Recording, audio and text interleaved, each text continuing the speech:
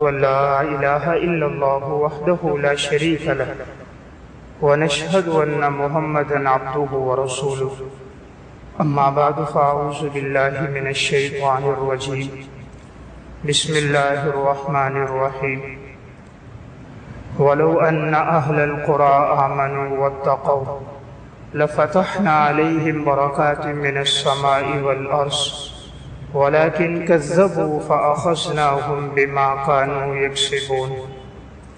وقال الله تبارك وتعالى في مقام آخر وأمر أهلك بالصلاة واصطبر عليها لا نسألك رزقا نحن نرزقك والعاقبة للتقوى. وقال النبي صلى الله عليه وسلم من لزم الاستغفار جعل الله له من كل هم فرجا ورزقه من حيث لا يحتسب. صدق اللہ العظیم. میرے انتہائی واجب الاحترام قابل صد احترام بھائیوں، دوستوں اور بزرگوں، آج دنیا میں ہر انسان رزق کے معاملے میں پریشان نظر آتا ہے. صبح سے شام تک آج جو ہماری محنت ہو رہی ہے وہ اسی سے متعلق ہے کہ میری آمدنی میں اضافہ ہو جائے. کوئی اگر 10,000 کما رہا ہے تو کوشش ہے تنخواہ 15 ہو جائے، کسی کی 15 ہے تو کوشش ہے 30 ہو جائے، کسی کی ایک فیکٹری ہے تو کوشش ہے 2 ہو جائے، کسی کی ایک گاڑی ہے تو کوشش ہے اس سے بڑی اور اچھی ہو جائے. یعنی ہر آدمی دنیا میں ایک طلب اور ایک تڑپ میں جی رہا ہے اور وہ مال کی کثرت کی طرف جا رہا ہے. ایک ہے مال کی کثرت، ایک ہے مال کی برکت. آج مال کی کثرت تو ہو رہی ہے کہ پہلے آمدنی کم تھی، آج آمدنی زیادہ ہے. پہلے کمانے والا ایک تھا، اب کمانے والے 2 اور 3 ہیں. تو افراد بھی بڑھ رہے ہیں، آمدنی بھی بڑھ رہی ہے، کثرت بھی ہو رہی ہے، لیکن برکت ختم ہوتی جا رہی ہے. اللہ تعالیٰ نے ایک ذمہ داری انسان کی رکھی ہے اور ایک ذمہ داری اللہ نے اپنے اوپر رکھی. اللہ نے جو ذمہ داری اپنے اوپر رکھی وہ رزق ہے. وَمَا مِن دَابَّةٍ فِي الْأَرْضِ إِلَّا عَلَى اللَّهِ رِزْقُهَا وَيَعْلَمُ مُسْتَقَرَّهَا وَمُسْتَوْدَعَهَا. زمین پہ جو بھی چوپایا تمہیں چلتا پھرتا نظر آ رہا ہے، سب کی رزق کی ذمہ داری تیرے رب نے لی ہے. تو اللہ نے اپنے ذمے رزق لیا، بندے کے ذمے اللہ تعالیٰ نے عبادت کو لگایا. وَمَا خَلَقْتُ الْجِنَّ وَالْإِنسَ إِلَّا لِيَعْبُدُونَ. ہم نے جنات اور انسانوں کو صرف اپنی عبادت کے لیے پیدا کیا. تو ہماری تخلیق کا مقصد عبادت ہے اور اللہ نے اپنے ذمے رزق لیا ہے. جو ذمہ داری اللہ نے لی ہم اس کے لیے کوشش 14 گھنٹے 16 گھنٹے کر رہے ہیں، اور جو ہماری ذمہ داری ہے عبادت، اس کے لیے ہمارے پاس وقت نہیں. جو کام اللہ نے اپنے ذمہ لیا کہ رزق کی ہماری ذمہ داری ہے، اس کے لیے 12 گھنٹے کی نوکری ہے، 2 گھنٹے کا اوور ٹائم لگ رہا ہے. 14 گھنٹے کی نوکری ہے، 2 گھنٹے کا اوور ٹائم لگ رہا ہے. گھر آنے کے بعد بھی موبائل کاروباری مصروفیت میں ہے اور انسان کی بھاگ دوڑ سوچ و افکار کاروبار سے متعلق ہے. تو اللہ رب العزت نے رزق اپنے ذمہ لیا، اس کے لیے تو ہماری اتنی کوشش، اور جو چیز میری اور آپ کی ذمہ داری عبادت فرائض کی پابندی، اس کے لیے کوئی فکر نہیں. اللہ تعالیٰ نے رزق کا وعدہ لیا ہے. ایک ہے رزق کا عزت سے کسی کو مل جانا، اور ایک ہے رزق کے پیچھے انسان کا رسوا ہو جانا. رزق اس کو بھی ملتا ہے لیکن وہ در در کی ٹھوکریں کھا کر، رسوا ہو کر، غیروں کے سامنے جھک کر، حقوق اللہ کو، حقوق العباد کو پامال کر کے، اپنے جسم کو تھکا کر وہ رزق پا رہا ہے. اس کی مثال یوں ہے کہ ایک انسان اپنی مرغیوں کو، چوزوں کو دانہ ڈالتا ہے، تو اب ایک یہ کہ وہ دانہ پلیٹ میں ڈال کر سامنے رکھتا ہے مرغی بھی دانہ چگ رہی ہے، چوزے بھی دانہ چگ رہے ہیں۔ جب وہ ناراض ہوا تو اس نے وہ دانے لیے اور ان کو بکھیر دیا۔ ایک دانہ مشرق جا رہا ہے، ایک مغرب میں جا رہا ہے، ایک شمال میں، ایک جنوب میں۔ ایک چوزا ادھر گھوم رہا ہے، اپنا دانہ تلاش کر رہا ہے، ایک ادھر گھوم رہا ہے۔ مرغی اپنے لیے دانے تلاش کر رہی ہے، ادھر سر جھکاتی ہے، چکتی ہے ایک دانہ، پھر ڈھونڈتی بھی آگے جاتی ہے، پھر سر مارتی ہے، جھکتی ہے دوسرا دانہ۔ سارا وقت گزر جاتا ہے چند دانے تلاش کرتے کرتے۔ جب اللہ راضی ہوتا ہے ایک دکان سے ضرورتیں پوری کر دیتا ہے۔ اللہ راضی ہوتا ہے ایک آدمی کی آمدنی میں برکت ڈال دیتا ہے۔ 10 افراد کھا رہے ہوتے ہیں، رزق میں برکت ہوتی ہے۔ اور جب اللہ ناراض ہوتا ہے رزق زیادہ نہیں ہوتا۔ ہم سمجھتے میں زیادہ کام کروں گا رزق بڑھ جائے گا۔ رزق وہی ہے جو میرے اور آپ کے مقدر میں ہے۔ البتہ جب ہم اس کے پیچھے بھاگتے ہیں، اللہ کو ناراض کرتے ہیں، پھر ہماری مثال وہی ہے، ایک دانہ چگنے کے لیے ادھر بھاگا، دوسرا دانہ چگنے کے لیے ادھر بھاگا، تیسرے کے لیے ادھر بھاگا۔ اب کبھی ایک فیکٹری والے کے پاس، کبھی دوسرے کے پاس، کبھی تیسرے کے پاس، ہر ایک کے سامنے سر جھکایا ہوا، جی سر، جی سر۔ کوئی بات اونچی نہیں کر سکتا، نگاہ اٹھا نہیں سکتا، ہر وقت سامنے جھکا ہوا ہے۔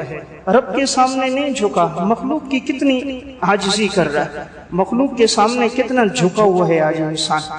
جو اللہ کے سامنے صرف جھک جاتا ہے، اللہ کی عبادت کو مقصد بناتا ہے، اللہ اس کو ذلیل نہیں کرتا، عزت سے رزق دیتا ہے۔ رزق اللہ دونوں کو دے رہا ہے، مسلمان کو بھی، کافر کو بھی، مومن کو بھی، مشرک کو بھی، تابعدار کو بھی، نافرمان کو بھی۔ فرق کیا ہے کہ جو فرما بردار ہے اللہ نے اس کے دل کو استغنا سے بھر دیا ہے، اللہ نے اس کو رزق اس کے قدموں میں لایا ہے، اللہ نے اس کو رزق عزت کے ساتھ عطا فرمایا۔ اللہ تعالیٰ نے اس کی عزت نفس کو مجروح نہیں کیا، اسے اتنا عطا فرما دیا کہ وہ عزت کے ساتھ اپنی زندگی گزار رہا ہے۔ تو میں نے عرض کیا، آج دیکھنے میں آتا ہے کہ انسان اس معاملے میں بڑا بے چین ہے۔ ہر چوتھا پانچواں آدمی آئے گا، یہ کہتا نظر آئے گا حضرت بے برکتی ہے، خرچے زیادہ ہیں، آمدنی کم ہے، اخراجات پورے نہیں ہو رہے ہیں، ہم پر کسی نے جادو کر دیا، کوئی سحر ہو گیا، پتہ نہیں کیا معاملہ ہو گیا۔ او بھائی کچھ نہیں، اللہ ناراض ہو گیا، اللہ ناراض ہو گیا۔ وَمَا أَصَابَكُم مِّن مُّصِيبَةٍ فَبِمَا كَسَبَتْ أَيْدِيكُمْ، میرے بندے جو مصیبت تیرے اوپر آتی ہے وہ تیری بدعمالیوں کی وجہ سے آتی ہے۔ ظَهَرَ الْفَسَادُ فِي الْبَرِّ وَالْبَحْرِ بِمَا كَسَبَتْ أَيْدِي النَّاسِ، انسان پر جو مصیبتیں آتی ہیں اس کی بدعمالیوں کی وجہ سے آتی ہیں۔ اب ایسے کون سے اعمال ہیں جن کو اختیار کریں رزق میں برکت ہو؟ ایسے کون سے گناہ ہیں جس سے ہم بچیں تاکہ رزق کی بے برکتی سے ہم محفوظ رہیں؟ رزق میں برکت چاہیے تو ہم تقوی کو اختیار کریں۔ اللہ تعالیٰ نے قرآن کریم میں فرمایا وَلَوْ أَنَّ أَهْلَ الْقُرَىٰ آمَنُوا وَاتَّقَوْا لَفَتَحْنَا عَلَيْهِمْ بَرَكَاتٍ مِّنَ السَّمَاءِ وَالْأَرْضِ وَلَكِنْ كَذَّبُوا فَأَخَذْنَاهُمْ بِمَا كَانُوا يَكْسِبُونَ، اگر یہ بستی والے لوگ ایمان لے کر آتے اور تقوی اختیار کرتے، ہم آسمان اور زمین کے برکت کے دروازے ان کے لیے کھول دیتے، لیکن ان لوگوں نے ہمیں جھٹلایا، ہماری نافرمانی کی، تو ہم نے ان کو سخت عذاب میں پکڑ لیا۔ تو اللہ تعالیٰ فرما رہے ہیں رزق میں برکت چاہیے، ایمان اور تقوی۔ اپنے آپ کو جتنا انسان گناہوں سے بچاتا ہے اللہ تعالیٰ اتنے اس کو رزق میں اس کی برکتیں عطا فرماتا ہے۔ رزق میں برکت چاہیے۔ دوسرا اہم عمل ہے استغفار کی کثرت، انسان چلتے پھرتے استغفار کرتا رہے۔ قرآن کریم میں اللہ رب العزت نے سورہ نوح میں ارشاد فرمایا فَقُلْتُ اسْتَغْفِرُوا رَبَّكُمْ إِنَّهُ كَانَ غَفَّارًا يُرْسِلِ السَّمَاءَ عَلَيْكُمْ مِدْرَارًا وَيُمْدِدْكُمْ بِأَمْوَالٍ وَبَنِينَ وَيَجْعَلْ لَكُمْ جَنَّاتٍ وَيَجْعَلْ لَكُمْ أَنْهَارًا۔ اللہ فرماتے ہیں تم استغفار کرو گے، ہم موسلادھار بارشیں برسائیں گے، تمہارے مال کو بڑھا دیں گے، تمہیں باغات اور نہریں عطا فرمائیں گے، تمہیں نرینہ اولاد عطا فرمائیں گے۔ اللہ تعالیٰ نے سب چیزوں کو استغفار سے جوڑا۔ فرمایا استغفار ہوں گی، بارشیں ہوں گی، قحط سالی ختم ہوگی، زمین سے پیداوار اگنا شروع ہو جائے گی، نرینہ اولاد ہم عطا فرمائیں گے، باغات اور پانی کے چشمے ہم تمہیں عطا فرمائیں گے اگر گناہوں پر استغفار ہوگا۔ تو دوسری چیز انسان استغفار کو زندگی کا مقصد بنائے۔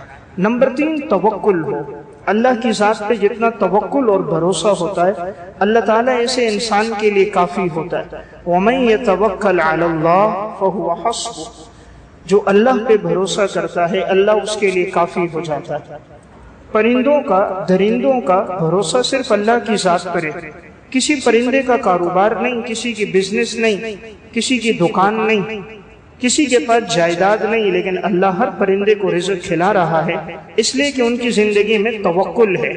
لو انکم تتوکلون علی اللہ حق توکلہ لرزقہم کما یرزق الطیر تغدو خماصا وتروح بطانا، اگر تم اللہ پہ اس طرح بھروسہ کرو جیسے بھروسہ کرنے کا حق ہے، اللہ تمہیں یوں رزق دے گا جیسے پرندوں کو دیتا ہے۔ وہ صبح نکلتے ہیں خالی پیٹ، شام کو لوٹ کر آتے ہیں ان کا پیٹ بھرا ہوا ہوتا ہے۔ دیکھیں رزق کا تعلق عقل سے نہیں ہے۔ اگر رزق کا تعلق عقل سے ہوتا تو جتنے پاگل ہیں، مجنون ہیں، دیوانے ہیں، جانور ہیں، پرندے ہیں، سب بھوک سے مر جاتے۔ جانور کے پاس عقل نہیں ہے، پرندوں کے پاس عقل نہیں ہے، پاگل اور دیوانے کے پاس عقل نہیں ہے، مجنون کے پاس عقل نہیں ہے، اللہ ان کو رزق دے رہا ہے۔ معلوم ہوا رزق کا تعلق عقل سے نہیں ہے۔ عقل سے ہوتا تو یہ بے عقل سارے کے سارے بھوکے مر جاتے۔ اور اکثر ایسا دیکھنے میں آیا جو غیر تعلیمی یافتہ ہے، انگوٹھا چھاپ ہے، اللہ نے اس کو زیادہ دے دیا۔ جو ڈگریوں والے ہیں وہ نوکری کر رہے ہیں اس کے ماتحت، اور جو انگوٹھا چھاپ ہے سائن بھی نہیں کر سکتا، پڑھ بھی نہیں سکتا، اللہ نے اتنا دیا ہے اس کو، وہ نہیں اس کی 7 نسلیں بھی کھائیں تو ختم نہیں ہوتا۔ معلوم ہوا رزق کا تعلق تعلیم سے نہیں، رزق کا تعلق عقل سے نہیں، رزق کا تعلق تعلیم سے نہیں، رزق کا تعلق صلاحیت سے نہیں، رزق کا تعلق اللہ کی تقسیم اور اللہ کی رضامندی کے ساتھ۔ جتنا انسان اللہ کی تقسیم پہ راضی ہوتا ہے اللہ تعالیٰ عزت کے ساتھ اس کو دیتا ہے، پھر جتنا اللہ کے حکموں کو پورا کرتا ہے اللہ اس میں اتنی برکت ڈالتا ہے۔ جتنا وہ اللہ کے راستے پہ خرچ کر رہا ہوتا ہے اللہ رزق کو بڑھا رہا ہوتا ہے۔ آپ نے آج تک نہیں سنا ہوگا کسی نے مسجدیں بنائی ہو، مدرسے بنائے ہو، غریبوں، یتیموں، بیواؤں پہ خرچ کیا ہو اور ایسا آدمی فقیر اور تنگ دست ہو گیا ہو، دیوالیہ ہو گیا ہو، آج تک نہیں سنا۔ ایسا سنا کاروباری تھا دیوالیہ ہو گیا، بینکوں والا تھا، فیکٹریوں والا تھا، فقر میں چلا گیا، لیکن ایسا نہیں سنا رب کے نام پہ خرچ کیا اور فقر آ گیا۔ یمحق اللہ الربا ویربی الصدقات، اللہ سود کو مٹاتا ہے، صدقات کو بڑھاتا ہے۔ انسان سمجھتے سود پہ دوں گا مال بڑھے گا، اللہ فرماتے میں اس کو گھٹا دوں گا۔ انسان سمجھتے صدقہ دوں گا مال کم ہوگا، اللہ فرماتا ہے میں بڑھا دوں گا۔ جتنا صدقہ دے گا اللہ مال کو بڑھا دے گا، مال دگنا ہوگا۔ کنویں سے جتنا پانی نکالو اور پانی آتا رہتا ہے، جتنا خرچ کرو اور آتا ہے، جب نکالنا چھوڑ دو پانی خشک ہو جاتا ہے۔ میں عرض کر رہا تھا آج ہماری کوشش کثرت کی طرف ہے۔ کوئی کہتا ہے جی بیٹے نے پڑھ لیا، سرکاری نوکری مل جائے، کوئی وظیفہ بتائیں، اتنی تنخواہ اتنی بڑھ جائے، کوئی وظیفہ بتائیں، ساری کوشش اس کے لیے۔ کوئی یہ بھی پوچھے اللہ راضی ہو جائے، حضرت ایسا عمل بتائیں، اللہ کے رسول کی خوشنودی مل جائے، ایسا عمل بتائیں، ماضی کے گناہ معاف ہو جائیں، ایسا عمل بتائیں، اللہ کس چیز سے خوش ہوتا ہے حضرت وہ عمل بتائیں۔ مسلمان کی شان اعمال کی ہے، مال کی نہیں۔ مسلمان رب کو راضی کرتا ہے اعمال سے۔ صحابہ کی جب کبھی کسی بھی وقت پر کبھی بھی اگر ادنا بھی دنیا کی طرف نگاہ جانے لگتی، آپ علیہ الصلوۃ والسلام فوراً ہی اسی وقت اعمال کی طرف لے کر آتے۔ سنن ترمذی کی روایت ہے، بعض نے پوچھا یا رسول اللہ کون سا مال بہتر ہے ہم جمع کریں، یعنی سونا جمع کریں، چاندی جمع کریں، کیا بہتر ہے؟ آپ علیہ الصلوۃ والسلام نے فرمایا افضلہ لسان ذاکر وقلب شاکر وزوجۃ مؤمنۃ تعینہ علی ایمانہ، سب سے افضل عمل ایسی زبان جو اللہ کا ذکر کرے، ایسا دل جو اللہ کا شکر کرے، ایسی نیک صالح بیوی جو نیک اعمال میں تمہارے ساتھ تعاون کرے۔ آپ نے فوراً توجہ اعمال پہ لائی۔ اس لیے صحابہ میں آگے سبقت ہوتی تھی، اعمال میں ہوتی تھی۔ فقراء صحابہ حضور کے پاس آئے، فرمانے لگے یا رسول اللہ یہ مالدار لوگ ہم سے آگے بڑھ گئے۔ آپ نے فرمایا کس طرح؟ فرمایا یا رسول اللہ ہم نماز پڑھتے ہیں یہ بھی پڑھتے ہیں، ہم روزہ رکھتے ہیں یہ بھی رکھتے ہیں، ہم ذکر کرتے ہیں یہ بھی کرتے ہیں، لیکن یہ لوگ غلام آزاد کرتے ہیں ہم نہیں کر سکتے، یہ لوگ اللہ کے راستے میں خرچ کرتے ہیں ہم نہیں کر سکتے، جہاد میں خرچ کرتے ہیں ہم نہیں کر سکتے، ہم تو پیچھے رہ گئے، ہم تو پیچھے رہ گئے۔ آپ صلی اللہ علیہ وسلم نے فرمایا ایسا عمل بتاتا ہوں جس کی وجہ سے تم سب سے آگے سبقت کر جاؤ گے، کوئی تمہارے برابر نہیں ہو سکتا سوائے اس کے جو تمہاری طرح عمل کرے یا تم سے بڑھ کر کرے۔ ہر نماز کے بعد 33 مرتبہ سبحان اللہ، 33 مرتبہ الحمدللہ، 34 مرتبہ اللہ اکبر پڑھا کرو، تم سب سے آگے بڑھ جاؤ گے۔ مالدار صحابہ کو پتہ چلا، انہوں نے بھی عمل شروع کر دیا، وہ بھی یہ ذکر پڑھنا شروع کر دیا۔ فقراء پھر آئے یا رسول اللہ وہ تو مالداروں نے بھی شروع کر دیا، جو ذکر ہم کر رہے تھے وہ تو وہ بھی کر رہے ہیں۔ آپ صلی اللہ علیہ وسلم نے فرمایا ذالک فضل اللہ یؤتیہ من یشاء، پھر یہ اللہ کا فضل ہے، اللہ جس کو چاہے عطا فرما دے۔ اب اللہ نے اگر ان کو دولت دی، انہوں نے خرچ کیا، یہ اللہ کا فضل ہے، ورنہ اعمال کے ذریعے انسان سبقت کرے گا۔ تو میں نے عرض کیا آگے بڑھنے کی چیز اعمال ہے، جتنا عمل زیادہ ہوگا اتنی اللہ کی رضا ہوگی۔ رزق کی ذمہ داری میرے رب نے لی ہے، اللہ کو راضی کریں گے اللہ عزت سے رزق عطا فرمائے گا۔ جہاں اللہ نے جس کا رزق لکھا ہے انسان وہاں پہنچ جاتا، چاہے وہ انسان ہو یا جانور ہو۔ خطبات فقیر میں واقعہ ہے، حضرت مولانا پیر ذوالفقار احمد صاحب نقشبندی دامت برکاتہ حضرت فرماتے ہیں کہ ہم گاڑی میں جا رہے تھے، ڈبل ڈور گاڑی تھی، بڑی تیز رفتاری میں موٹر وے پہ سفر ہو رہا تھا۔ کا سفر ہوتے ہوتے ایک جگہ ہم نیچے کی طرف اترے، وہاں سے سفر ہوا تو اچانک ڈرائیور نے ایک جگہ بالکل بریک لگائی، جیسے جام بریک لگائی، ایسا لگتا تھا کوئی حادثہ ہو گیا۔ تو میں نے دیکھا، میں نے پوچھا کیا ہوا؟ کہ حضرت لگتا ہے کتا آ گیا تھا آگے، شاید وہ ٹائر کے نیچے آ گیا ہو، مر گیا ہوگا۔ تو کہتے ہیں جب گاڑی وہ آگے لے کر گئے میں نے پیچھے مڑ کر دیکھا تو کتا تو سڑک پہ نظر نہیں آیا۔ میں نے ڈرائیور سے کہا کتا تو سڑک پر نہیں ہے، کہ حضرت کتا تھا تو صحیح، پھر پتہ نہیں کہاں چلا گیا، اسی لیے میں نے بریک لگائی تھی۔ کہتے ہیں پھر میں نے کہا چلو ٹھیک ہے اب چلتے رہو۔ کہا لگتا ہے آپ کو نیند آ رہی ہے تو اس وجہ سے کہیں غفلت ہو رہی ہے، آگے جا کر ہوٹل پہ چائے پی لیتے ہیں تاکہ نیند آپ کی دور ہو جائے۔ اب کہتے ہیں سفر کرتے رہے، 25 کلومیٹر تقریباً آگے گئے کہ ہمیں کوئی ہوٹل نظر آئے وہاں چائے پی لیں۔ 25 کلومیٹر کے بعد ہوٹل نظر آیا تو گاڑی روکی کنارے پر چائے پینے کے لیے، تو کیا دیکھا کہ وہ جو گاڑی تھی اس کے آگے جو بمپر تھا، بمپر کے ساتھ جگہ تھی، وہ کتا ادھر بیٹھا ہوا تھا۔ تو جیسے جام بریک لگائی ہے نا تو کتا ایک دم چھلانگ لگائی ادھر آ کر بیٹھ گیا۔ تو گاڑی کے آگے وہ جگہ بنی ہوئی تھی تو وہ ادھر بیٹھ گیا، یہ سمجھے شاید ٹائر کے نیچے آ گیا۔ تو کہا جیسے ہم اترے تو کتے نے چھلانگ لگائی، نیچے اترا۔ ہم چائے پینے کے لیے ہوٹل میں جانے لگے تو وہاں کنارے پر ہڈیاں پڑی ہوئی تھیں، تو یہ کتا وہاں گیا، وہ ہڈیاں کھانے لگا، چوسنے لگا۔ حضرت فرماتے میں سمجھ گیا اللہ نے اس کا رزق یہاں لکھا تھا، 25 کلومیٹر دور اللہ نے اس کو ذریعہ بنایا، وہ ہماری گاڑی پہ بیٹھ کے یہاں پہنچ گیا۔ تو میں ایک بات عرض کر رہا ہوں، جہاں جس کا رزق ہے اللہ وہاں اس کو پہنچا دیتا ہے، چاہے انسان ہو یا چوپایا ہو، درندہ ہو۔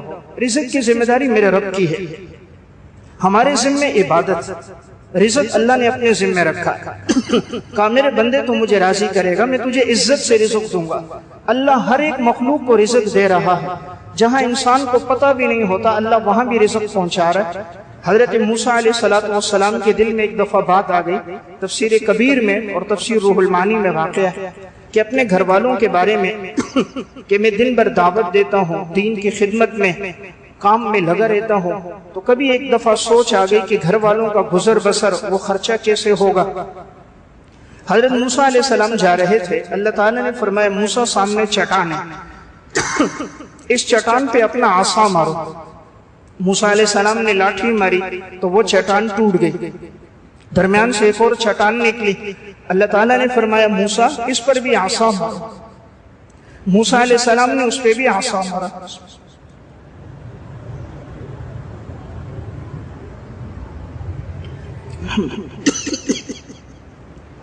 موسیٰ علیہ السلام نے اس پہ بھی عصا مارا، دوسری چٹان نکلی، فرمایا اس پہ بھی مارو۔ موسیٰ علیہ السلام نے اس پہ بھی مارا، تیسرا ایک اندر سے پتھر اور نکلا، فرمایا اس پہ بھی مارو۔ جب اس پہ مارا تو دیکھا کہ اندر ایک کیڑا تھا اور اس کیڑے کے منہ میں سبز پتا تھا اور اس پتے کے اوپر ریشم کے قطرے تھے پانی کے، اور وہ کیڑا اللہ کا ذکر کر رہا تھا اور وہ پتا کھا رہا تھا اور وہ جو پانی کے قطرے اس کو چوس رہا تھا اور کہہ رہا تھا سبحان من یرانی ویعرف مکانی ویذکرنی ولا ینسانی۔ تمام تعریفیں اس اللہ کے لیے ہیں کہ جو اللہ مجھے یہاں دیکھ رہا ہے، میری اس جگہ سے واقف ہے، وہ مجھے یاد رکھتا ہے، وہ اللہ کبھی مجھے بھولتا نہیں ہے۔ تو موسیٰ علیہ السلام تعجب میں پڑ گئے، 3 چٹانوں کے اندر ایک کیڑا ہے اور اللہ اس کیڑے کو وہاں سبز پتا بھی کھلا رہا ہے، پانی بھی پلا رہا ہے۔ تو یہ اشارہ تھا موسیٰ، جب میں انہیں کھلا رہا ہوں تو میں بھلا تمہیں اور تمہارے اہل و عیال کو رزق کیوں نہیں دوں گا؟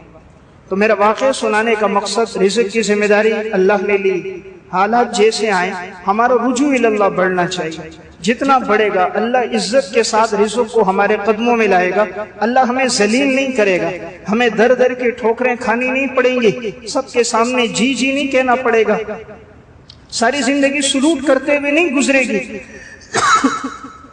جب اللہ کی رضا مقصود ہوگی اللہ رب العزت عزت سے رزق عطا فرمائے گا۔ خطبات فقیری میں ایک واقعہ ہے، ایک صاحب اپنے بچوں کے ساتھ چلے، مری میں تفریح کے لیے گئے، ایک پہاڑ پر پہنچے تو اوپر ایک پتھر خوبصورت نظر آیا چھوٹا سا، تو بچوں نے کہا کہ یہ پتھر گھر لے کے جاتے ہیں اور اس کو ڈرائنگ روم میں رکھیں گے، یہ بڑا خوبصورت پتھر ہے۔ تو انہوں نے کہا ٹھیک ہے اٹھا لیتے ہیں، کسی کی ملکیت تو تھا نہیں، پہاڑ پر ایک پتھر چھوٹا سا خوبصورت سا تھا، بچے نے وہ پتھر اٹھا دیا، لے کر گھر آ گئے، اپنے گھر کے اندر ڈرائنگ روم میں وہ پتھر ایک ٹیبل پہ سجا کے رکھ دیا۔ اب وہ جو ان کی گھر والی تھی وہ روزانہ صفائی کرتی رہتی، پتھر کی بھی حفاظت کہ ٹوٹ نہ جائے، خوبصورت پتھر ہے۔ ایک دفعہ ٹیبل پہ کپڑا مارتے ہوئے بے احتیاطی میں وہ ہاتھ سے لگا، وہ پتھر نیچے گرا، جب نیچے گرا تو وہ پتھر ٹوٹ گیا، اس کے اندر سے ایک کیڑا نکلا، اس کیڑے کے منہ میں ایک چھوٹا سا پتا تھا اور وہ پتے کو چوس رہا تھا۔ انہوں نے اپنے شوہر کو بتایا کہ دیکھو 2 مہینے ہو گئے یہ پتھر ہمارے گھر میں ہے، ہر طرف سے بند ہے، کہیں سے کوئی راستہ نہیں، نہ ہوا کا نہ غذا کا، لیکن اللہ اس بند پتھر میں اس کیڑے کو رزق عطا فرما رہا ہے۔ تو میں ایک بات عرض کر رہا ہوں، رزق کی ذمہ داری میرے رب کی ہے، ہم نے اللہ کو ناراض کیا ہے نا، اس لیے آج ہم بے چین ہیں، پریشان ہیں۔ وَمَنْ أَعْرَضَ عَنْ ذِكْرِي فَإِنَّ لَهُ مَعِيشَةً ضَنْكَ۔ میرے بندو جب میری یاد سے اعراض کرو گے میں تمہاری زندگی کو تنگ کر دوں گا، میں تمہاری زندگی کو تنگ کر دوں گا، اولاد ہوگی نافرمان ہوگی، بیوی ہوگی بد اخلاق ہوگی، جسم ہوگا بیماریاں ہوگی، گاڑیاں ہوگی آئے دن کام نکلے گا، کسی سے بات ہو جائے گی معاملہ ہوتے ہوتے رہ جائے گا، ساری زندگی جی کرتے رہیں گے لیکن افسر مینیجر خوش نہیں ہوگا۔ یہ دلوں میں محبت اللہ ڈالتا ہے، جس نے رب نے دل کو پیدا کیا ہے نا، اس نے دل کی غذا کو پیدا کیا، جسم کی حیات کھانے کے ساتھ ہے، جسم کو کھانا نہ ملے پانی نہ ملے جسم زندہ نہیں رہتا، دل کی حیات اللہ کے ذکر کے ساتھ ہے، جب اس کو اللہ کی یاد نہیں ملتی تو دل مردہ ہو جاتا ہے۔ الا بذکر اللہ تطمئن القلوب، جسم کی تازگی کے لیے 14 گھنٹے محنت، روح کی تازگی کے لیے آدھا گھنٹے بھی محنت نہیں، جسم کے لیے کتنا کوشش کر رہے کما رہے۔ میرے بچوں کا کیا ہوگا صبح و شام، میرے بعد میرے بچوں کا کیا ہوگا، بچوں کے جسم کی فکر کی، روح کی فکر نہیں کی، غذا کی فکر کی، روحانیت کی فکر نہیں کی، لباس کی فکر کی، اعمال کی فکر نہیں کی۔ اسی لیے وہی بچہ بڑا ہوتا ہے باپ کے گریبان میں ہاتھ ڈالتا ہے، تو نے میرے لیے کیا کیا ہے، وہی بڑا ہوتا ہے والد سے بد اخلاقی کرتا ہے، کیونکہ اس کو ہمیں اللہ کا حق نہیں سکھایا، اللہ کے نبی کا حق نہیں سکھایا۔ ہم نے یہ تو بتایا بیٹا کام ہوگا دکان سے، دکان کی چھٹی نہیں کرنی، نوکری کی چھٹی نہیں کرنی، نماز نہ پڑھو کوئی حرج نہیں۔ آج بیٹا دکان پر نہ جائے ماں باپ غصہ کرتے ہیں، بیٹا نماز نہ پڑھے کوئی باپ پوچھتا ہے آج کہ بیٹا تو نے نماز کیوں نہیں پڑھی؟ جس نماز کے لیے بیت اللہ کا طواف رک جاتا ہے اس نماز کے لیے دکان بند نہیں ہو سکتی۔ جس نماز کے لیے کعبہ میں طواف رک سکتا ہے اس کے لیے ہوٹل بند نہیں ہو سکتا، فیکٹری بند نہیں ہو سکتی، کاروبار نہیں رک سکتا، موبائل نہیں چھوڑ سکتے۔ سب سے بڑا بوس اللہ ہے، اللہ کی صدا ہے، اللہ اکبر اللہ اکبر، اللہ سب سے بڑا ہے۔ آؤ حی علی الصلاح حی علی الفلاح، کتنے جو نماز کے لیے آتے ہیں، رات 12-1 بجے تک انٹرنیٹ دیکھتے ہیں، فیس بک دیکھتے ہیں، فجر کی نماز کتنے جو پڑھتے ہیں۔ آج 5 نمازوں کی پابندی کتنی ہے ہماری زندگیوں میں، گلے شکوے تو کرتے ہیں۔ 2 دن پہلے ایک ساتھی ملا، حضرت ہم پر بڑی آزمائشیں ہیں، اللہ نے ہم پر بڑی مصیبتیں لائیں، اتنی تکلیفیں لائیں۔ میں نے کہا اللہ کے بندے اللہ کا شکر کر جس نے آنکھوں میں بینائی ڈالی ہے، آج نابینا کر دے کیا کر سکتے ہو؟ رب کا شکر کر جس نے کانوں میں سماعت ڈالی، رب کا شکر کر جس نے زبان میں گویائی ڈالی، رب کا شکر کر جس نے دھڑکنے والا دل دیا، خدا کا شکر کر جس نے سمجھنے والا دماغ عطا کیا، رب کا شکر کر جس نے معدے میں ہضم کرنے کی طاقت دی۔ میرے سسر کا آج انتقال ہوا تو وہ ہسپتال میں 2 ہفتے تک تھے، میں وہاں آتا جاتا تھا، دیکھتا تھا 1 چمچ نہیں لے سکتے، خوراک کی نالی لگی ہوئی تھی، نالی کے ساتھ ان کو کھانا دیا جاتا تھا، بس دودھ وغیرہ خوراک کی نالی میں ڈالتے تھے، بات نہیں کر سکتے، بے ہوش پڑے تھے۔ میں سوچنے لگا اللہ نہ چاہے 1 لقمہ انسان نہیں کھا سکتا، اللہ نہ چاہے 1 لقمہ کھا نہیں سکتا، 1 سانس نہیں لے سکتا، 1 قدم اٹھا نہیں سکتا، 1 حرکت نہیں کر سکتا۔ آج انسان کہتا ہے نا میری قوت میری طاقت، ابھی چکن گونیا بیماری آئی ہے، ذرا سا بخار ہوتا ہے کھڑا نہیں ہو سکتا، ذرا سا بخار ہوا ہے سہارے کے بغیر واش روم میں بیٹھا اٹھ نہیں سکتا، اتنا کمزور ہے انسان۔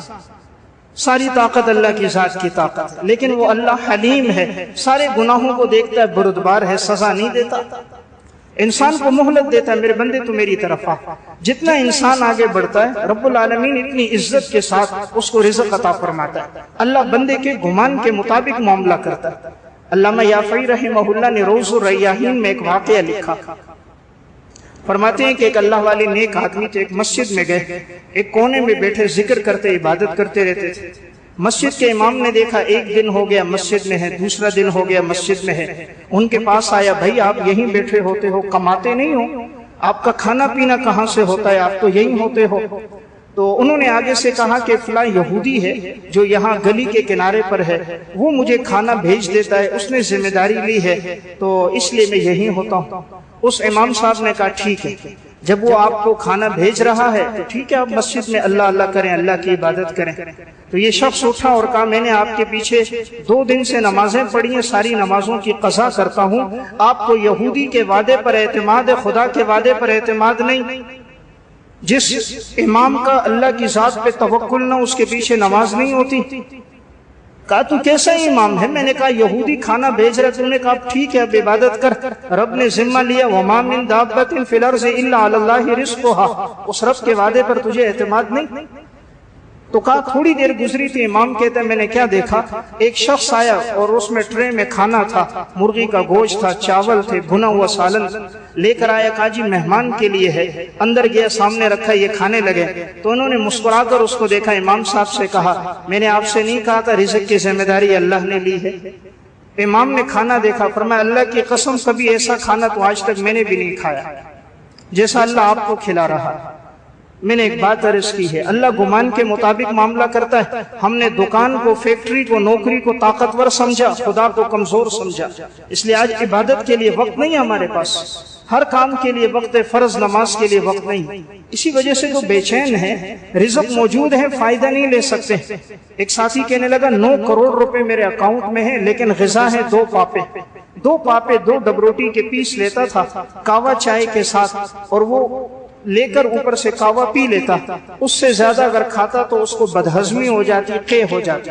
9 کروڑ روپے اس کے اکاؤنٹ میں ہے، کہنے لگا مفتی صاحب میری غذا صرف 2 ڈبروٹی کے پیس ہے، 2 ڈبروٹی صبح، 2 ڈبروٹی شام کاوا چائے کے ساتھ، اس سے زیادہ نہیں کھا سکتا۔ اور بھائی دولت کے پیچھے لگے ہو، اصل نعمت صحت ہے۔ کروڑوں روپے کے مالک کو اگر صحت نہیں تو کچھ نہیں، اس لیے آپ فرما رہے نعمتان مغبون فیہما کثیر من الناس الصحۃ والفراغ، 2 نعمتیں ایسی ہیں اکثر لوگ قدر نہیں کرتے، قدر تب آتی ہے جب نہ ہو، نمبر 1 صحت، نمبر 2 فراغت۔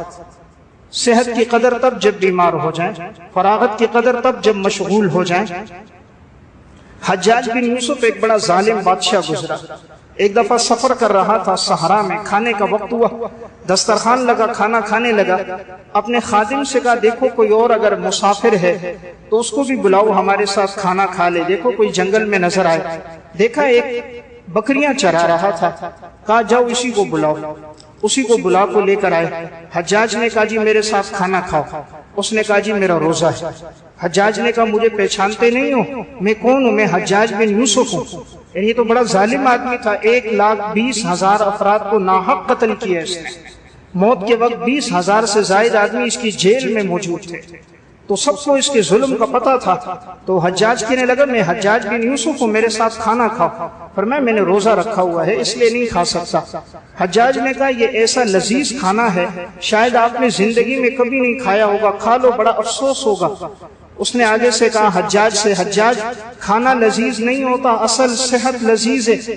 اگر صحت ہے تو ہر کھانا لذیذ، اگر صحت نہیں تو کوئی کھانا لذیذ نہیں.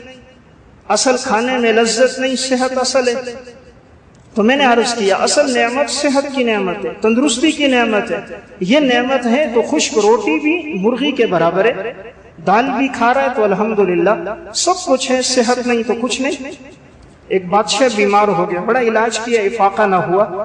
محل میں اوپر چارپائی ڈالی ہوئی ہے، بستر پر ہے، کھڑکی سے باہر نظر آتا ہے. دیکھا کہ ایک فقیر گزر رہا ہے محل کے پاس سے، تو ایک جگہ درخت کے نیچے اس نے اپنی پنڈوکری جو تھی اس کو کھولا اور کھول کر کھانا نکالا. کھانا کیا؟ ایک روٹی ایک پیاز، اور وہ روٹی لی پیاز کے ساتھ لی، منہ میں رکھی، کھایا، اوپر سے پانی پیا، اسی درخت کے نیچے بڑے اطمینان سے سو گیا.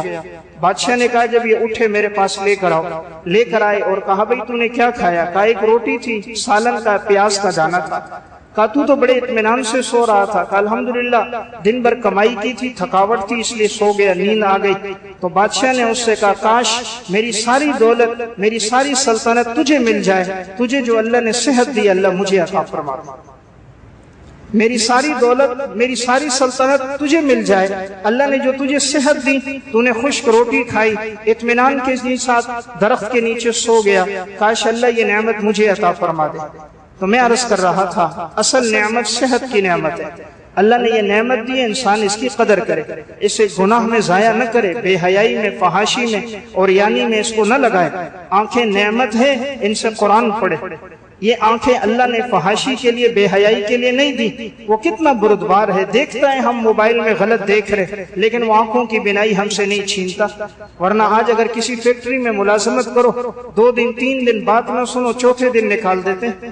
لیکن وہ اللہ سب کچھ دیکھتے ہوئے انسان کو ڈھیل دے رہا ہے. تو میں نے عرض کیا موت ایک اٹل حقیقت ہے. کامیاب ہے وہی انسان جس نے اپنی زندگی میں اپنے رب کو راضی کیا. امام بیہقی نے شعب الایمان میں لکھا ایک شخص نے بڑا خوبصورت محل تعمیر کیا، ایسا محل کہ پورے علاقے کے اندر، پورے شہر میں اس کی نظیر کوئی نہیں. وہ کہتا تھا کوئی ہے جو آئے اور مجھے میرے محل میں کوئی عیب بتائے. سارے لوگ آتے محل میں گھومتے، لیکن کوئی محل میں عیب تھا ہی نہیں کہ ان کو نظر آئے. ہر آدمی گھومتا، چکر لگاتا، تعریف کرتا، واہ کیا محل بنایا، کن کاریگروں نے، کن مستریوں نے اس میں وقت لگایا، کتنی دولت پیسہ اس میں صرف ہوا. کسی کو کوئی عیب نظر نہ آیا. ایک اللہ والا وہاں سے گزرا، اس محل میں آیا، محل کو دیکھا، دیکھنے کے بعد کہا اس میں 2 عیب ہیں. بادشاہ کو بات پتہ چل گئی، آج تک کسی کو نہ ملا. بابا جی کو 2 عیب نظر آ گئے. پوچھا بابا کیا عیب ہے؟ اس نے کہا پہلا عیب یہ کہ محل ہمیشہ نہیں رہے گا، دوسرا عیب یہ کہ محل کا بنانے والا ہمیشہ نہیں رہے گا. پہلا عیب یہ کہ یہ محل ہمیشہ نہیں رہے گا، دوسرا عیب یہ کہ اس کا بنانے والا ہمیشہ نہیں رہے گا. گاڑی کے پیچھے لکھا تھا آخر موت ہے، آخر موت ہے. جب آخر موت ہے، اس موت کے لیے کیا تیاری ہے؟ یہ بات ہمیں سمجھ آ جائے. ہم دیکھیں ہمارے آبا و اجداد دنیا سے چلے گئے، کیا لے کر گئے؟ آج کبھی انسان قبرستان جائے، قبرستان جا کر پتہ چلتا ہے یہ ارب پتی، یہ دولت والا، یہ پیسے والا، یہ گاڑیوں والا تھا، یہ جائیدادوں والا تھا، اس کے آگے پیچھے لوگ ہوتے تھے. آج اس کی قبر بالکل ویران ہے. ایسا لگتا ہے سالہ سال گزر گئے، کوئی فاتحہ پڑھنے بھی نہیں آیا. تو میں ایک بات عرض کر رہا تھا، وہاں کی زندگی اصل ہے، انسان دھوکے میں پڑا ہوا ہے. آج آنکھیں بند ہو جائیں، آج وہ دنیا سے چل بسے پتہ چل جائے گا دنیا کی زندگی ایک دھوکے کا سامان ہے، باقی کچھ نہیں. حسن بصری رحمت اللہ علیہ کے پاس ایک خاتون آئی، اس کے بیٹے کا انتقال ہو گیا تھا، جوان بیٹا تھا، صدمہ بڑا تھا، برداشت نہیں ہوتا تھا، کہنے لگی میرے بیٹے کا انتقال ہوا ہے، آپ دعا کریں وہ زندہ ہو جائے۔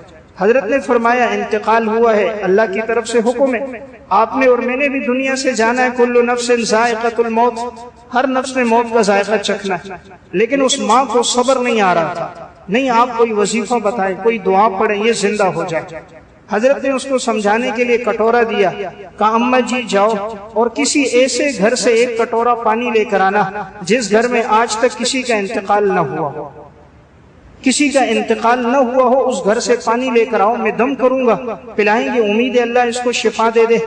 اماں گئی، ایک دروازے پہ دستک دی، ہاں آپ کے گھر میں کسی کا انتقال ہوا ہے؟ کہا جی دادا کا۔ دوسرے میں ہاں جی باپ کا، کہیں پوتے کا، کہیں نواسے کا، کہیں نواسی کا، کہیں نانا کا، کہیں پڑنانا کا، کہیں بیٹے کا، کہیں بیٹی کا۔ کوئی گھر پورے علاقے میں ایسا نہ ملا جس میں آباء و اجداد میں یا اولاد میں کسی کا انتقال نہ ہوا ہو۔ خاتون واپس آئی، کہا کوئی گھر ایسا نہیں۔ کہا یہی تو آپ کو بتا رہا ہوں، موت اٹل حقیقت ہے، ہر گھر کے اندر جنازے اٹھ رہے ہیں، ہم اٹھتی باراتوں کو دیکھتے ہیں، اٹھتے جنازے نہیں دیکھتے۔ آج کتنے جنازوں کا اعلان ہوتا ہے، فلاں نماز کے بعد نماز جنازہ ہونے والا ہے، انسان کتنا بے فکر ہے، اپنے بارے میں فکر نہیں، کبھی میرے لیے بھی اعلان ہوگا۔ مسجد کے مؤذن نے اعلان کیا، ایک ساتھی نے واقعہ سنایا، کہا اس نے اعلان کیا فجر کی نماز کے بعد، ظہر میں ایک آدمی کا انتقال ہوا تھا، کہا ظہر کے بعد اس کی نماز جنازہ ہے۔ اب ظہر کے ٹائم جب نماز جنازہ کے لیے آئے تو کیا دیکھا، دو جنازے سامنے پڑے ہوئے ہیں، تو پوچھا گیا تو ایک آدمی کا انتقال ہوا تھا، دوسرا کس کا ہے؟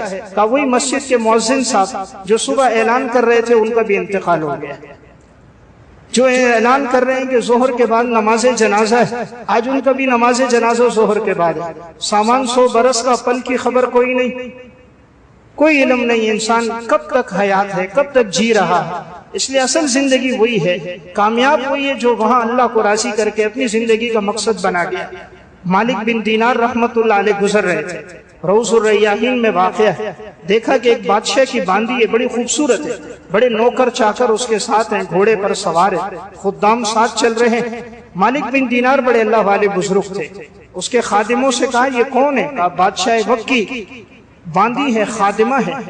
اس نے دیکھا تم لوگ کون ہو؟ کہا ہم اس کے نوکر چاکر خدمت والے ہیں۔ تو اس نے کہا اگر یہ میرے پاس ہو، اس کی قیمت تو میرے نزدیک 2 گٹھلیوں کے برابر ہے، کھجور کی 2 گٹھلیاں اس کی قیمت ہے، اس سے زیادہ نہیں۔ انہوں نے کہا تمہارا دماغ خراب ہے، اس کی قیمت تو بہت زیادہ، اللہ نے اس کو اتنا حسن و جمال عطا کیا، بادشاہ نے لاکھوں دراہم میں اس کو خریدا، تم کہہ رہے 2 گٹھلیوں کے برابر قیمت ہے۔ تو انہوں نے کہا چلو، اس کو بتایا، خادمہ کو کہا چلو بابا جی کو لے کے چلتے محل میں، تھوڑی تفریح ہو جائے گی۔ بابا کو ساتھ لے کر چلے گئے، مالک بن دینار رحمت اللہ علیہ کو بادشاہ پوچھتے تم نے اس کی کتنی قیمت لگائی؟ مالک بن دینار کہتے 2 کھجور کی گٹھلیاں۔ کہا بادشاہ نے کہا کیوں بھائی اتنی کم قیمت کیوں لگائی؟ کہا اس میں عیب بہت زیادہ ہے، اس میں خامیاں بہت ہیں۔ کہا کون سی خامی؟ کہا خامی ہے کہ نمبر 1 اس کو پیشاب آتا ہے، پاخانہ آتا ہے، اس کو بھوک لگتی ہے، اس کو پسینہ اتنا کہ اگر یہ غسل نہ کرے تو بدبو آنا شروع ہو جائے، اس کے بالوں میں جوئیں پڑتی ہیں، بغل میں اس کے تعفن ہوتا ہے، بلغم اس کو آتی ہے، ناک کی ریزش اس کی موجود ہے، حیض و نفاس کا خون اس کو آ رہا ہے، بیمار ہو جائے تو اس کے جسم کی رنگت تبدیل ہو جائے گی، بولو براز کرے تو کوئی قریب نہیں بیٹھ سکے گا، اتنی بیماریوں والی، اس لیے میں نے اس کی قیمت لگائی، صرف اور صرف قیمت 2 گٹھلیاں۔ اس نے کہا کیا تیرے پاس اس سے بہتر ہے؟ کہا ہاں اس سے بہتر ہے۔ کہا وہ کیا ہے؟ کہا وہ جس کو اللہ نے مشک اور کافور سے پیدا کیا ہے، وہ صرف ایک مرتبہ زمین کی طرف جھانک لے، اللہ ساری کائنات کو حسن و جمال عطا فرما دے، جو کھارے کنویں کے اندر اور کڑوے سمندر میں تھوک دے، اللہ شہد سے زیادہ اس کو میٹھا کر دے، جو اپنی کلائی ظاہر کر دے، اللہ ساری کائنات کو روشن کر دے، جو مردے سے بات کرے اللہ اس کو زندہ کر دے، جو اپنے بالوں کو صرف لٹکائے، بالوں کی مہک سے ساری کائنات معطر ہو جائے، جو 70 جوڑوں میں جس کا حسن و جمال نظر آئے۔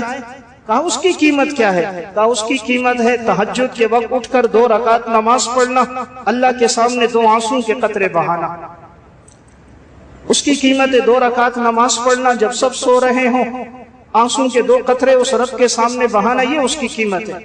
بادشاہ کو بات سمجھ آ گئی، خادمہ کو بات سمجھ آ گئی، جتنے غلام تھے سب کو آزاد کر دیا، جو دولت تھی سب اللہ کے نام پہ صدقہ کر دی، ایک لباس لیا پہنا اور کہا باقی زندگی اللہ کی یاد میں گزرے۔ ساری زندگی پھر اللہ کی یاد میں انہوں نے گزاری۔ میں عرض کر رہا ہوں یہ دنیا، یہ دولت، یہ پیسہ دھوکہ ہے۔ وَمَا الْحَيَاةُ الدُّنْيَا إِلَّا مَتَاعُ الْغُرُورِ، دھوکے کا گھر ہے، باقی کچھ بھی نہیں۔ اصل حقیقت وہ یہ جو آنکھ بند ہونے کے بعد ہے۔ اس لیے زندگی میں رزق ہے اللہ کی یاد کے ساتھ، میں نے عرض کیا اللہ رب العزت کو مقصد بنائیں گے، اللہ رزق کو قدموں میں لائے گا، ہمیں اللہ بے چین اور بے قرار نہیں کرے گا۔ حضرت مقداد رضی اللہ تعالیٰ عنہ صحابی رسول ہے، گھر میں کچھ دن فقر و فاقہ آ گیا، تنگ دستی تھی۔ ایک دفعہ ایک جگہ پیشاب کر رہے تھے تو دیکھا ایک چوہا ایک بل سے نکلا۔ حضرت وہاں سے فارغ ہو کر ایک جگہ بیٹھے تو ایک چوہا بل سے نکلا اور منہ میں دینار پکڑ کے لایا اور لا کر حضرت کے سامنے پھینکا، پھر چلا گیا۔ حضرت فرماتے میں نے دیکھا، میں کھڑا ہو گیا، تھوڑی دیر کے بعد بل سے ایک اور دینار کھینچ کے لایا، میرے سامنے پھینکا، تیسرا لایا، چوتھا لایا، 17 دینار لے کر آ گیا۔ آخر میں وہ جو تھیلی تھی وہ بھی کھینچ کے لے آیا۔ وہ کسی کا خزانہ تھا، جاہلیت کا پڑا ہوا تھا، تو وہ چوہا وہ لاتا رہا، پھینکتا رہا۔ حضرت نے دیکھا جب یہ تھیلی بھی لے آیا تو اب اور کچھ نہیں ہے، تو اب وہ لے کر آیا اور ان دیناروں کو اس نے فروخت کر کے چاندی کو خریدا، چاندی لی۔ اللہ نے ایسی برکت ڈالی، ان کی گھر والی کہتی ہے کہ یہ ہمارے گھر میں جو چاندی کی بوریاں نظر آ رہی ہیں یہ مال اور دولت ہے، یہ اسی دینار کی وجہ سے جو اللہ نے چوہے کو جس کا سبب بنایا تھا۔ اللہ تعالیٰ بتانا چاہ رہے دنیا کی حیثیت کوئی نہیں، رزق دینے پر آئے تو یوں دے دیتا ہے۔ وَمَن يَتَّقِ اللَّهَ يَجْعَلْ لَهُ مَخْرَجًا وَيَرْزُقْهُ مِنْ حَيْثُ لَا يَحْتَسِبُ، وہاں سے رزق دیں گے جہاں تمہارا وہم اور گمان بھی نہیں ہوگا۔ اصل طاقت میں نے عرض کیا اعمال کی طاقت ہے۔ تفسیر ابن کثیر میں، تفسیر ابن ابی حاتم میں واقع ہے، حضرت مالک بن اشجعی رضی اللہ تعالیٰ عنہ صحابی حضور کے پاس آئے، کہا یا رسول اللہ میرا بیٹا کفار کی قید میں ہے، عرصہ ہو گیا رہا نہیں ہوا، کوئی وظیفہ بتائیے۔ آپ صلی اللہ علیہ وسلم نے فرمایا لا حول ولا قوت الا باللہ، کثرت سے پڑھو۔ بیٹے کو کہو وہ بھی پڑھے، تم بھی پڑھو، اللہ تمہارے بیٹے کو رہائی عطا فرمائے گا۔ انہوں نے بیٹے کو پیغام پہنچا دیا، بیٹا یہ پڑھتے رہو۔ ادھر ماں باپ بھی پڑھ رہے ہیں۔ چند دن ہی گزرے ہیں، کیا دیکھا کہ یہ بیٹے کے اللہ نے رہائی کے اسباب پیدا کیے، ہاتھوں میں زنجیریں ٹوٹ گئیں، یہ باہر نکلے، ایک اونٹ پہ سوار ہوئے، تو جتنے اونٹ تھے وہاں پہ جیل خانے میں وہ سب اس کے پیچھے پیچھے نکل گئے۔ سارے اونٹ کھلے ہوئے تھے، یہ آگے نکلے، اونٹوں کو آواز دی، ایک ہودی پڑی، اونٹ سارے پیچھے پیچھے آ گئے، دوڑتے ہوئے گھر کی طرف آئے، آواز دی دروازہ کھولو۔ ماں نے کہا دروازہ کھولو، بیٹے کی آواز ہے۔ دروازہ کھولا تو دیکھا بیٹا بھی موجود ہے، اتنے اونٹ ساتھ آ گئے کہ پورا صحن اور گھر اونٹوں سے بھر گیا۔ سوچنے لگے ہمارے لیے حلال ہے یا نہیں۔ آپ صلی اللہ علیہ وسلم کے پاس گئے، یا رسول اللہ بیٹے کو بھی اللہ نے رہائی عطا فرما دی، آپ نے جو وظیفہ دیا تھا اونٹ بھی سارے اس کے ساتھ آ گئے، ہمارے لیے حلال ہے یا نہیں۔ اللہ نے قرآن نازل کر دیا وَمَن يَتَّقِ اللَّهَ يَجْعَلْ لَهُ مَخْرَجًا وَيَرْزُقْهُ مِنْ حَيْثُ لَا يَحْتَسِبُ، تم تقوی اختیار کرو، ہم وہاں سے رزق دیں گے جہاں تمہارا وہم اور گمان بھی نہیں ہوگا۔ تو اللہ نے تقوی پر بیٹے کو رہائی بھی دی، اللہ نے اونٹ بھی سارے عطا فرما دی۔ تو میں نے عرض کیا اصل طاقت اعمال کی طاقت ہے، اس لیے ہماری کوشش و رجوع اللہ بڑھے، اللہ ہمارے رزق کو ہمارے قدموں میں لائے گا۔ اللہ ہم سب کو عمل کی توفیق عطا فرمائے۔